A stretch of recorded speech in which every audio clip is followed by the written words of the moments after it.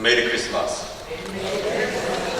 네, 성탄의 은총 여러분의 가정과 여러분 그리고 하시는 모든 그리고 우리 교회 위에 그리고 이 땅 위에 가득하시기를 주님의 이름으로 축원합니다. 오늘에야 비로소 메리 크리스마스 인사가 어울리는 날이 되었습니다. 오늘은 성탄절이자 또 성탄주일 또는 올해 2016년도 마지막 주일이기 때문에 송년주일로 우리가 드리고 있습니다. 옆 사람과 인사를 나누실 때 메리 크리스마스 지난 한 해 동안 함께 해주셔서 감사합니다. 이렇게 인사를 나눠주시면 감사하겠습니다.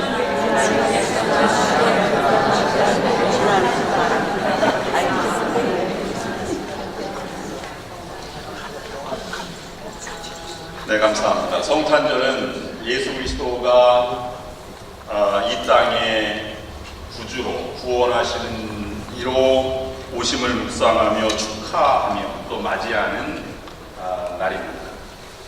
이 땅에 오시되 하나님으로서 인간의 몸을 입으시고 오시는 것을 또 묵상하는 계절이기도 합니다.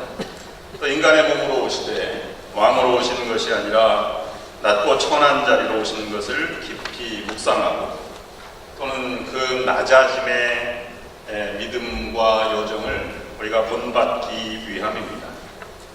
그 은혜를 힘입어 주님을 영접하고 또 받아들이면 하나님의 자녀가 되는 권세를 얻을 수 있습니다.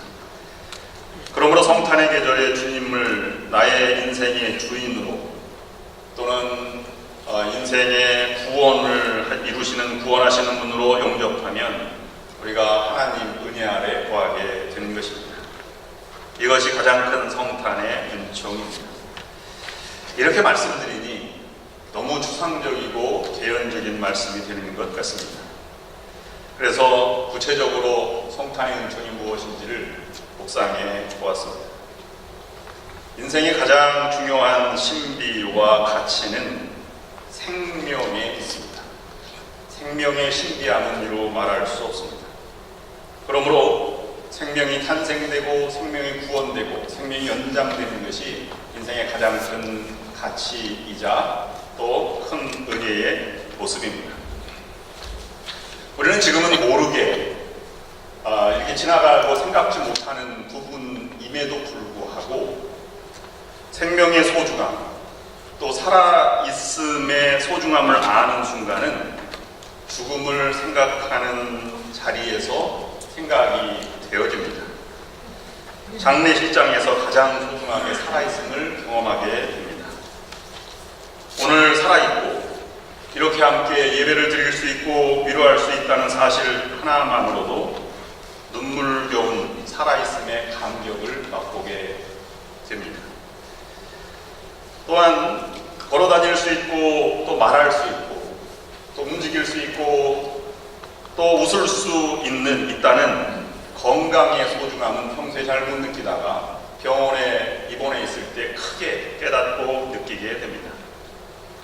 또한 평소에는 그저 지나쳐가는 빵 한 조각의 소중함을 너무 배고파 함께 식사를 걱정해야 할 때 뼈저리게 느끼게 되지요. 마찬가지로 주님이 필요하다. 주님이 우리의 삶에 오셨으면 좋겠다라고 하는 것은 처절한 삶의 현장, 죄 속에 살아가고 있는 그런 부자유스러운 삶을 경험하게 될 때 인생의 가장 큰 어려움과 고난이 닥칠 때 느끼게 되게 됩니다. 지금 여러분에게 예수님이 필요하지 않다거나 구원의 감격이 필요하지 않다고 깨닫지 못하고 느끼고 살아가고 있다면 그것은 지금 나 혼자 살만하다 또는 지금 내가 혼자 살 수 있다는 것을 반증하는 삶의 모습인 것입니다. 생각도 그럴 뿐만 아니라 우리의 실제 언어도 그렇게 달라지는 것을 경험하게 됩니다. 죽음의 현실 앞에 슬퍼하고 있는 장례식장에서는 살아있음만을 말하게 됩니다. 살아있으니 감사하다. 이겨내십시오. 또 은혜 충만한 살아있음에 대한 것을 서로 위로합니다.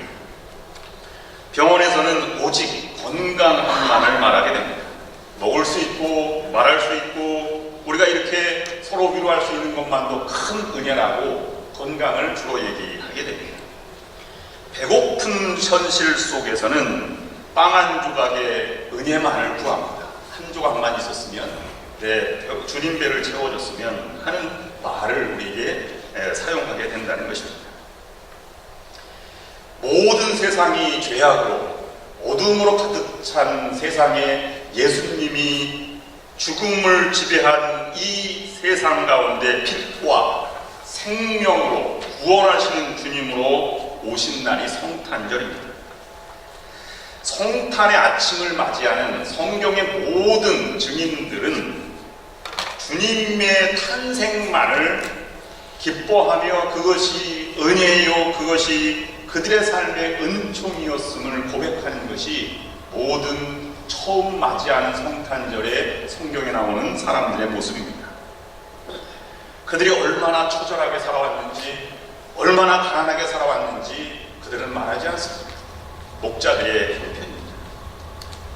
세상에 어떤 비난이 있을 것인지 그들은 개의치 않고 그 과정을 참여하게 됩니다. 요셉과 마리아입니다. 어떤 고난의 과정이 있었는지 되돌아온 삶의 험난한 세월을 말하지 않습니다. 동방박사들의 경배입니다. 얼마나 내가 주님을 기다려왔는지 불평하지 않습니다. 시몬과 안나의 태도의 모습입니다. 그들에게 예수는 경배의 대상이요 기쁨과 또는 은혜의 대상일 뿐입니다. 그러므로 예수가 필요한, 정말로 우리의 어두운 현실 가운데 주님이 나의 구주로, 내 인생의 주인으로 나를 인도하시는 분으로 삼고 싶고 죄에서 떠나고 싶고 그리고 그렇게 살아가고 싶은 영적인 욕구가 있는 사람은 성탄의 은총을 경험한 사람과 같은 마음이 되어야 하는 것입니다. 오직 하나님의 은혜만을 생각하고 그것만을 말하게 되어 있다는 것입니다. 그래서 본문 14절 말씀에는 그것은 독생자의 영광이요 은혜와 진리가 충만하더라 라고 요한복음은 이 육신으로 오신 예수님을 묵상할 때 그렇게 묵상하게 된 것입니다. 오늘 성탄의 날에 우리는 성탄의 은총을 깊이 구체적으로 묵상하려고 합니다. 성탄절에 여러분 오직 하나님의 은혜만 노래하십시오. 은혜라고 하는 것은 내가 노력한 것보다 더 잴 수 없는 큰 그러한 선함과 선물이 다가올 때 우리는 그것을 소득이라고 말하지 않고 은혜라, 은총이라고 표현합니다. 갚을 수 없을 만큼 크기 때문에 부모의 은혜, 스승의 은혜 이렇게 말하고 있는 것입니다. 우리가 삶을 돌아보면 우리는 하나님의 은혜를 말할 뿐입니다. 하나님이 이만큼 살려주시고 지금까지 인도해 오셨습니다. 자녀를 키워주셨고 가정을 지켜주셨고 건강을 지켜주셨고 우리가 이렇게 예배할 수 있는 여건을 마련해 주었습니다. 마리아는 그 현실 속에서 은혜만을 노래했습니다. 비천한 종에게 종을 높이시는 하나님을 찬양하였습니다. 시므온은 찬가를 부르면서 이제 평안히 주님께서 나를 모아주시는도다. 내 눈이 주의 구원을 보았나이다 라고 찬양을 올린 것입니다. 인생을 살아가는 사람은 두 길 중에 하나를 선택하며 살아갑니다. 하나는 내가 이제 죽어도 여한이 없다 라는 자세로 살아가는 사람이고, 또 한 사람은 내 눈에 흙이 들어가도 라는 모습으로 살아가는 사람입니다. 저희 어머님은 평소에 지금은 하늘나라가 계시지만 2번 이렇게 말씀하셨습니다. 나는 이제 죽어도 여한이 없다. 그것은 첫째, 둘째, 셋째가 다 결혼하고 막내인 제가 결혼식 끝난 다음이었습니다. 나는 이제 죽어도 여한이 없다. 또한 첫째 자녀가 태어났을 때 어머님은 이렇게 말씀하셨습니다. 나는 이제 죽어도 여한이 없다. 생명이 이어지고 하나님의 은혜를 경험한 어머니의 신앙에서 나온 말이죠. 그것은 생명을 깨달았을 때, 연결되었다고 생각했을 때 마음을 놓는 것입니다. 그러나 죽음을 향해 달려가는 사람은 마음을 닫지요. 내 눈에 흙이 들어간다. 나는 결코 받아들이지 않겠다라고 하는 것입니다. 오늘 본문 뒤에 있는 말씀 16절 말씀 보면 은혜 위에 은혜라고 말하고 17절 말씀은 은혜와 진리는 예수 그리스도로 말미암아 온 것이다 라고 구체적으로 주님을 우리에게 소개하고 있습니다. 십자가의 구원의 보혈의 은혜를 우리가 입고 살아가게 되는 것입니다. 어느 날 교인 한 명이 죽었습니다. 천국에 들어가려고 요단강을 건너 가는데 천국 현관 앞에 이렇게 쓰여 있습니다. 천국에 들어오려면 입장료 1,000원. 입장료를 어떻게 낼까 생각하는데 문을 지키고 있는 베드로 수문장이 보였습니다. 사도님, 저는 한국에서 왔는데요. 돈을 다 땅에다 두고 와서 어떻게 낼 수 있는 돈이 없어요. 어떻게 1,000원을 내야 합니까? 그랬더니 베드로가 말했습니다. 땅에서 내가 한 일을 말해보아라. 그러면 그것으로 1,000원을 만들 수 있다. 그 말을 듣고 이 성도님은 얼굴이 환해져가지고 이렇게 말했습니다. 저는요, 세상에서 32년 동안 교회를 다녔고요. 지난 14년 동안은 한 번도 주일을 빠지지 않았습니다. 그리고 12년 동안은 제가 제 생각보다 더 중요하게 주일학교 교사를 했습니다. 베드로가 말했습니다. 그래, 잘했다. 이론이다. 베드로가 또 말했습니다. 저는요, 11조 생활도 했고 재정위원장, 재정부 관리도 했고 교회 건축할 때는 건축 헌금도 하였습니다. 최선을 다해서 교회를 섬겼습니다. 그래, 수고했다. 그것 이런만큼의 가치가 있다. 또 얘기했습니다. 저는 최선을 다해서 선교했고 선교지에 가서 죽을 뻔도 하였습니다. 세상의 구제에도 전도에도 몸과 마음을 다 드렸습니다. 그랬더니 베드로가 말했습니다. 1원 더했다. 이제 3원 벌었다. 그래서 이 성도가 말했습니다. 천국 입장료가 이렇게 비싸니 어떻게 들어가겠습니까? 오직 하나님의 은혜로만 들어갈 수 있는 것 아닙니까? 그랬더니 베드로가 말했습니다. 맞다. 이제 997원은 하나님께서 이미 갚았다. 돌아오라. 이렇게 말했다는 것입니다. 은혜만을 말하는, 은혜만을 노래하는 것이 성탄입니다. 두 번째, 그러면 은혜 받은 사람의 모습을 보여주십시오. 표현하시고 고백하시고 나누시기를 바랍니다. 은혜 받은 사람은 얼굴빛이 다르고 말이 다르고 행동이 다르고 표정이 다른 것입니다. 그러므로 하나님의 은혜는 우리를 변화시키는 것이지. 세 가지 변화를 묵상하였습니다. 첫 번째는 은혜 받은 사람은 절대 낙심하지 않습니다. 왜냐하면 은혜를 받았기 때문입니다. 또한 은혜를 받은 사람은 겸손하게 됩니다. 왜냐하면 은혜를 알기 때문입니다. 또한 은혜 받은 사람은 자기가 주어진 사명을 취미처럼 느끼고 즐거워하며 그것을 감당해 나갑니다. 왜냐하면 은혜를 받았기 때문입니다. 낙심하지 않는 은혜도 은혜입니다. 여러분, 구원에는 saving grace, 구원하시는 은혜, 구원의 은혜도 있지만 지탱하시는 은혜를 존 웨슬리 목사님 말했습니다. sustaining grace. 지금도 나를 지탱해 주시고 위로해 주시고 끌어주시고 넘어진 걸 일으켜 세워주시고 위에서 보호해 주시고 주저할 때 밀어주시고 앞에서 끌어당겨 주시는 이 은혜를 지탱의 은혜라고 하는 것입니다. 이 은혜를 알면 우리는 낙심하지 않을 수 있습니다. 낙심은 지옥으로 가는 마귀에게 문을 열어준, 성문을 열어주는 것과 같은 것입니다. 또한 겸손하게 되는 것이 은혜 받은 자의 모습입니다. saving grace, 구원의 은혜, 아니면 sustaining grace, 지탱하시는 지탱의 은혜, 그거 말고 또 하나는 sanctifying grace, 성결의 은혜도 존 웨슬리 목사님이 말했습니다. 하나님의 그 성결케 하시는 은혜를 입었을 때 사람은 겸손하게 되는 것입니다. 그러므로 이 성결의 은혜가 떨어지면 자신이 높아지려고 하고, 성결의 은혜가 충만하면 자신을 낮추고 하나님을 높이게 되므로 겸손의 모습을 가지고 있는 것입니다. 세상에 완벽한 사람은 없습니다. 부부싸움을 상담하는 상담학 교수도 집에 가면 싸웁니다. 아무리 지식적으로 알고 많이 안다고 해서 이해심이 넓어지는 것도 아닙니다. 은혜를 받고 변화받아야 넓은 겸손한 삶을 살아가게 되는 것입니다. 은혜 받은 사람은 자신이 하는 일이 신명나고 취미처럼 느껴집니다. 왜냐하면 그것이 하나님의 은혜를 체험하는 길이기 때문입니다. 사명을 힘들게 느껴지게 되는 것은 이 은혜가 떨어졌을 때입니다.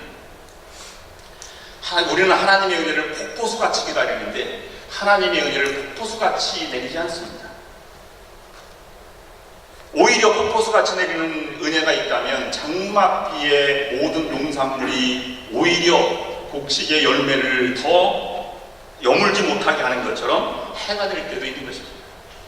그렇게 큰 하나님의 은혜를 체험했던 모세도 신명기 32장 2절 말씀에 보면 내 말은 이슬처럼 맺히나니 이렇게 고백하고 있습니다. 위대한 모세도 하나님의 은혜를 이슬빛처럼 경험하였던 것입니다. 우리는 그 큰 은혜만이 은혜가 아닙니다.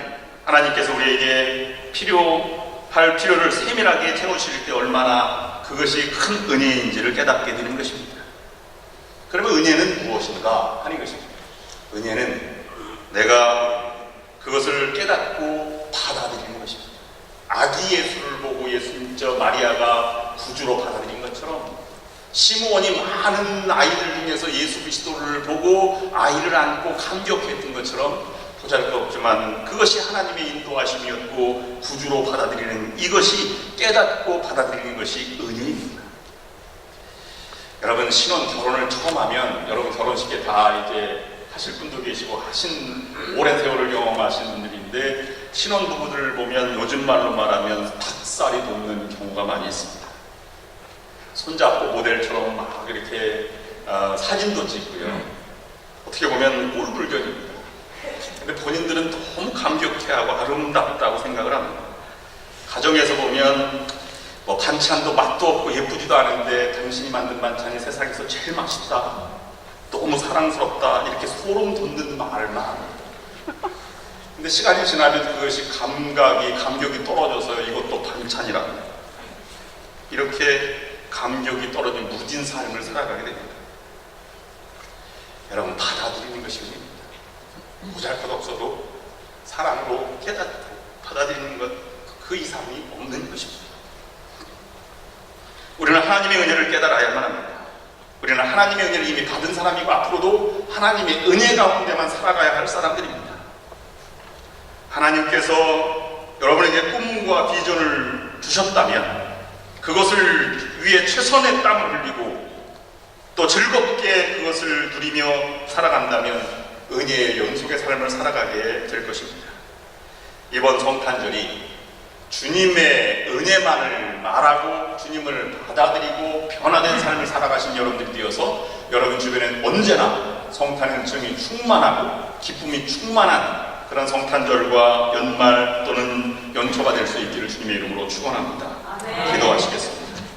하나님 아버지, 예수님만의 하나님이 계시고 하나님의 영광이 계시고 하나님의 은혜와 진리가 계신 것을 이 성탄절날 아침에 묵상하였습니다. 오늘 이 자리에 머리 숙여 성탄절을 축하하며 예배드리는 하나님의 모든 권속들 마음속에 예수님이 보여지게 하시고 예수님이 필요로 하는 존재로 구원을만을 노래하며 은혜 받은 자의 변화된 삶을 살아가며 그것을 맞아들이고 깨닫고 변화된 삶을 살아가는 저희들이 될 수 있도록 인도하여 주시옵소서. 예수 그리스도의 이름으로 간절히 기도드립니다. 아멘.